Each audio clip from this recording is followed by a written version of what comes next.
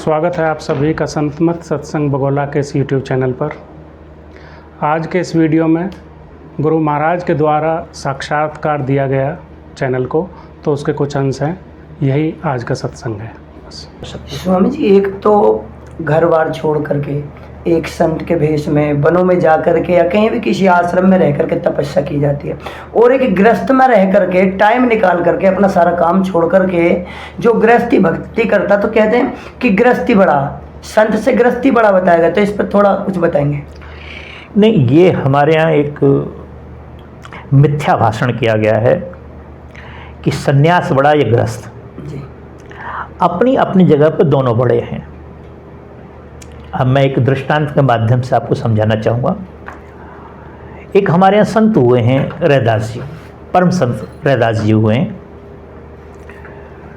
तो काशी में वो वास करते थे। एक बार एक सेठ जी को जिज्ञासा हुई कि मैं उन संत से पूछ के आऊँ कि गृहस्थ बड़ा या सन्यास। तो उनके पास वो गए और उन्होंने कहा, क्योंकि हमारे यहाँ जातिवाद की बहुत बड़ी बीमारी है, संत कितना भी बड़ा हो जाए मगर ये बातें हमसे नहीं छूटती हैं। तो उन्होंने उनके साथ वही व्यवहार किया। तो उन्होंने, जो संत थे, उन्होंने बड़ा अच्छा व्यवहार किया उनके साथ और कहा कि अभी मैं अपने कर्म को कर रहा हूँ, आप बैठ जाएं, मैं थोड़ी देर बाद आपको जवाब दूंगा कि सन्यास बड़ा या गृहस्थ। ठीक है, जब हमें किसी चीज़ की आवश्यकता होती है, हमारा स्वार्थ होता है, तो हम दूसरे की बात को मानते हैं, और जब हमारा स्वार्थ नहीं होता तो नहीं मानते।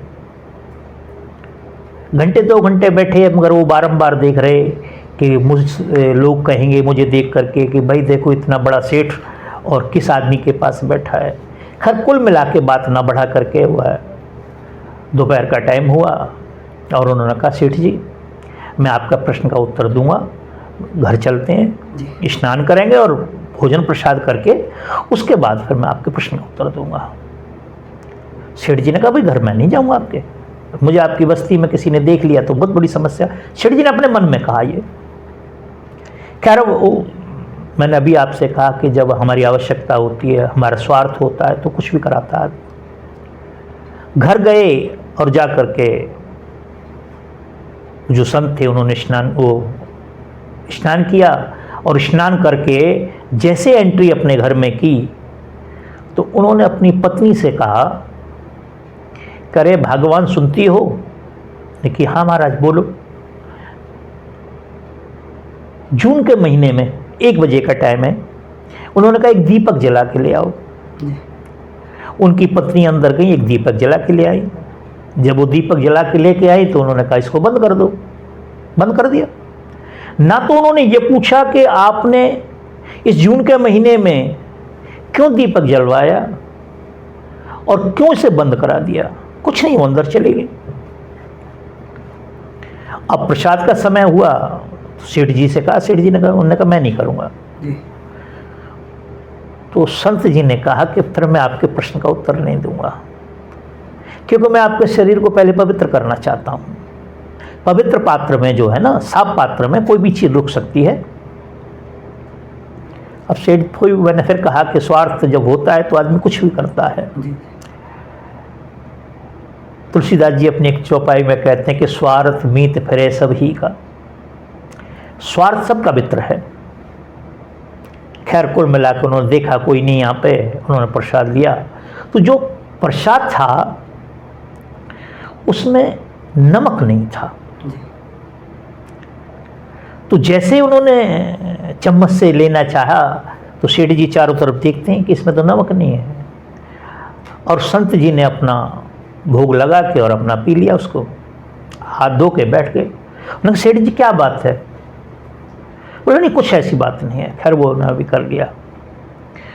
उन्होंने कहा, आप चलो घंटे 2 घंटे हम विश्राम करते हैं, उसके बाद मैं आपके प्रश्न का उत्तर दूंगा। सेठ जी ने कहा, भैया तुझे देना है तो दे दे, और नहीं देना तो बात खत्म। भाई मैं तो बहुत परेशान हूं। यदि मुझे किसी ने देख लिया तुम्हारे घर पे तुम्हारे साथ, तो मुझे, मेरी बरादरी से मुझे निकाल देंगे, मेरी सोसाइटी से निकाल देंगे। इसलिए भैया कुछ बताना है तो ठीक है, नहीं तो फिर मैं अपने घर चलूं। संत जी ने कहा, मैंने तो आपसे नहीं कहा कि आप मेरे पास आए। भाई मैं आपको प्रश्न का उत्तर दूंगा, पर भोजन के बाद हमारे शास्त्र कहते हैं कि घंटे भर आराम करना चाहिए, आप भी करें, आपके लिए भी अच्छा होगा। खैर सेठ जी ने वो सब फिर किया। उसके बाद कहने लगे चलो एक काम करते हैं, सैर करके आएंगे थोड़ी देर और मैं आपको वहीं उत्तर दूंगा आपके प्रश्न का। चले गए तो उन्होंने देखा एक कुटिया बनी हुई संतों की, वहां एक गुरु और एक शिष्य किसी बात पे झगड़ा कर रहे हैं और एक की दाढ़ी दूसरे के हाथ में है। गुरु और शिष्य का भी भाव समाप्त था वहां पे। संत 2 मिनट खड़े हुए, फिर आगे चल दिए। आगे पहुंचे तो एक गृहस्थ था और गृहस्थ में जाकर के देखा तो पत्नी पति को पीट रही है, पति पत्नी को पीट रहा है, बेटा बाप को पीट रहा है, मतलब बहुत बुरी हालत हो रही है। वहां भी 2 मिनट खड़े हुए वो। उसके बाद आगे निकलते हैं तो वहां देखा उन्होंने एक सुंदर बगीची बनी हुई है जहां 50-40 लोग बैठे हुए हैं बड़े भाव से, और एक संत आसन बैठे हुए हैं और आत्मा परमात्मा की चर्चा कर रहे हैं। वो दोनों के दोनों वहां बैठ जाते हैं और बैठने के बाद, सत्संग सुनने के बाद संत ने कहा सेठ जी चलो। अब सेठ जी पहले से परेशान थे, उन्होंने एकदम जैसे घड़ा फूटता है, सेठ जी फूट गए और कहा कि भाई तुमको मेरे प्रश्न का उत्तर देना है तो दो और नहीं देना तो ना दो। संत बड़े मुस्कुराए और कहने लगे कि सेठ जी मैं आपको उसी समय से आपके ही प्रश्न का उत्तर दे रहा हूं। मैं थ्योरी नहीं समझा रहा आपको, मैं प्रैक्टिकल भी करा रहा हूं आपको। आपका प्रश्न था कि गृहस्थ बड़ा या सन्यास। तो जब आप मेरे घर में आए, मैंने अपनी पत्नी से कहा और वो करके लाई। जब प्रसाद पाया, आपने क्या किया? आप उसमें नमक ढूंढ रहे थे, मैंने तो नहीं कहा, ना मैंने गाली दी, ना मैंने उसके कुछ कहा।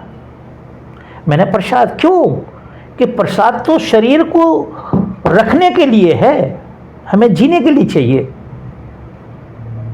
भोजन से हमारा शरीर स्वस्थ होता है, आत्मा नहीं होती है। आत्मा तो ठीक तरह से चलती है। तो ग्रस्त हो तो ऐसा हो, तब बड़ा है जी। और उसके बाद मैंने दिखाया कि गुरु और चेला दोनों के दोनों, एक की दाढ़ी दूसरे के हाथ में, वहां भेद खत्म हो गया कि गुरु कौन है, शिष्य कौन है। अगर सन्यास ऐसा है तो लानत है ऐसे सन्यास पे। और बाद में मैंने आपको एक ग्रस्त दिखाया। अगर ऐसा ग्रस्त है जहां पति पत्नी की, बाप और बेटे की मर्यादा समाप्त हो जाए, वह जो ग्रस्त है ना, वो तो नरक से भी अधिक है, वो तो नरक से भी बदतर है। तो सन्यास कौन सा अच्छा है, सन्यास कौन सा बड़ा है? जहां अब हम खड़े हैं, जहां 50-40 लोग बैठ के आत्मा और परमात्मा की चल रही, किसी राजा की बात नहीं चल रही, किसी जाति विशेष की बात नहीं चल रही, किसी धर्म विशेष की बात नहीं चल रही। जिससे हमारा कल्याण होना है उस आत्मा की बात चल रही है, उस परमेश्वर की बात चल रही है। तो जहां आत्मा और परमात्मा की चर्चा चलती है, केवल और कुछ नहीं चलता, कोई स्वार्थ नहीं, कोई लूट नहीं, कोई खसूट नहीं, सुबह से शाम तक की जहां प्लानिंग नहीं होती है, सन्यास अगर हो तो वो बड़ा है। और ग्रस्त का मैंने आपको बताया, पत्नी पति की बात को मानती हो और पति पत्नी की बात को मानता हो। जैसे साइकिल के 2 पहिए होते हैं, जब वो दोनों एक साथ हो जाते हैं तो हमें मंजिल की तरफ पहुंचा देते हैं, मंजिल पे पहुंचा देते हैं। और जब तक वो दोनों अलग अलग काम करते हैं तो फिर कुछ नहीं होता है। तो ये जो हमारे यहाँ मिथ्या भाषण कर दिया है कि ग्रस्त बड़ा है, सन्यास बड़ा है, नहीं, सब अपनी अपनी जगह बड़े हैं। जैसे आपके पास एक घड़ी होती है, घड़ी 50 पुर्जों के साथ बनी होती है और उसमें एक पहिया होता है जिसे बालकनी बोलते हैं।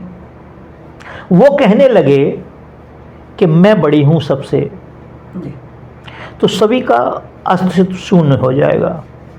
क्या वो जो पहिया चल रहा है, जो व्हील चल रहा है, अगर दूसरी चीज़ों को निकाल दिया जाए तो क्या वो घड़ी रह पाएगी?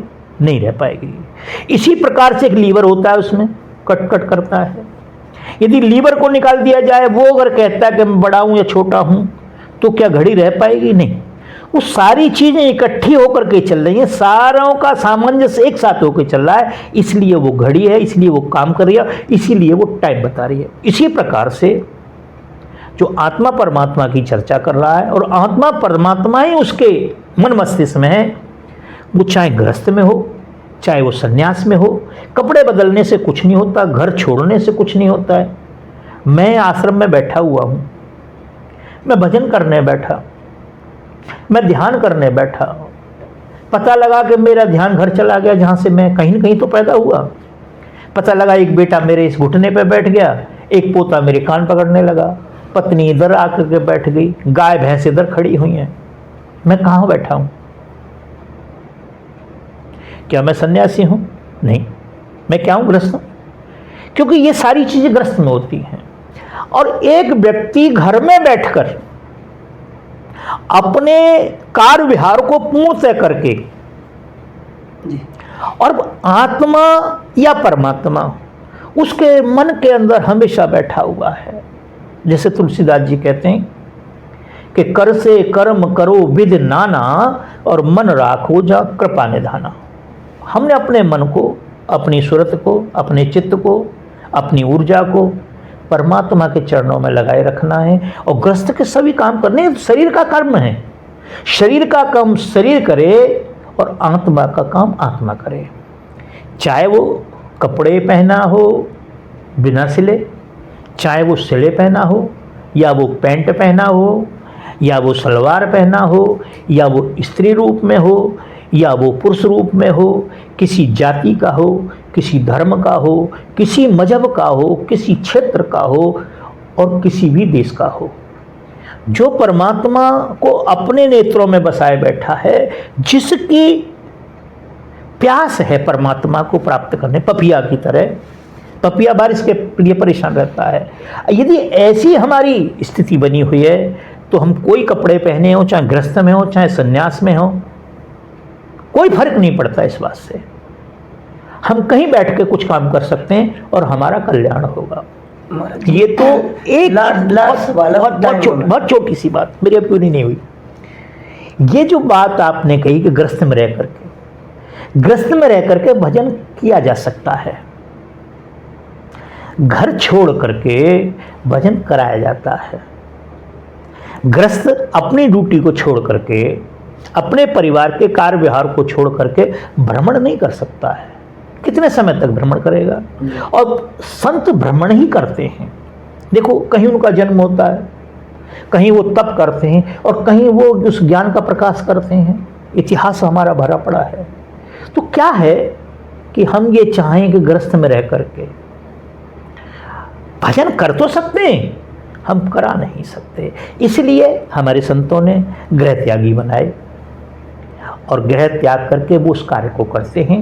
बाकी ऐसा कुछ नहीं, गृहस्थ में रह करके भी भजन किया जा सकता है और गृहस्थ में न रह करके भी परिवार को ध्यान में रखा जा सकता है, परिवार को चलाया जा सकता है। जैसे आजकल ऐसा हो रहा है। अब देखिए, आप जितने संत हैं, ये जो प्रसिद्ध संत हैं, पहले उनका बाप संत था, फिर वो उनका बेटा संत हो गया, उसके बाद उनका बेटा संत हो गया। जैसे कि उसी फैक्ट्री में संत पैदा होते हैं, जबकि नहीं, हमारे यहाँ दत्तक पुत्र लिया जाता है परंपरा को चलाने के लिए। बेटा नहीं होता है, वो होता है जो हमारे बाद या तो वो वहां तक पहुंचा हुआ हो संत, वो हमारा बेटा भी हो सकता है, पर नहीं होता है। क्यों? ये तो रजवाड़ों वाली बात हो गई। पहले रजवाड़े होते थे, राजा का बेटा राजा बन जाता था। एक गांव में एक माता रहा करती थी, विधवा थी, और एक उसका बेटा था छोटा सा। वो अपनी माँ से पूछने लगा कि माँ, ये हमारे गांव का जो सरपंच है, यदि मर जाएगा तो फिर कौन बनेगा? बोले उसका बेटा। बोले वो मर जाएगा तो? बोले उसका बेटा। बोले वो मर जाएगा तो उसका बेटा। 10-20 बार उसने प्रश्न किया। जब माँ दुखी हो गई, उन्हें कि तू क्यों परेशान कर रहा है मुझे कि उसका मर जाएगा, वो मर जाएगा, वो मर जाएगा। अरे भाई, वो कितने भी मर जाओ, बनेंगे उन्हीं के, तू कभी नहीं बनेगा, तू कभी नहीं बनेगा, आप कभी नहीं बन सकते, क्योंकि उस गद्दी पे असंख्यों रुपए की प्रॉपर्टी लगी हुई है, जो उस महात्मा ने, पहले वाले ने बड़ी स्कीम से उस पैसे को कमा के इकट्ठा किया। जैसे सर्प फन फैलाए बैठा रहता है, किसी दूसरे सर्फ को नहीं आने देगा वहाँ पे, उसका भक्षण कर जाएगा। इसी प्रकार से हो रहा। और आज जितने ये जेल में बैठे हुए हैं या इनके ऊपर जो इल्ज़ाम लग रहे हैं, जो संतों का एक उपहास करवा रहे हैं, ये कोई संत नहीं है, ये सारी बिजनेस है, ये प्रोडक्ट है। और मैं तो ये कहूँगा कि ये एक इंडस्ट्री है, एक ये इंडस्ट्री है। इनमें कोई संत, मेरे हिसाब से कोई संत नहीं। हो सकता है वो अपने हिसाब से हो, अपने आप में हो, और पहुंचे भी हो सकते हैं, मेरा भी अज्ञान हो सकता है, मगर मेरे हिसाब से दुनियावी तरह से इस पर कोई संत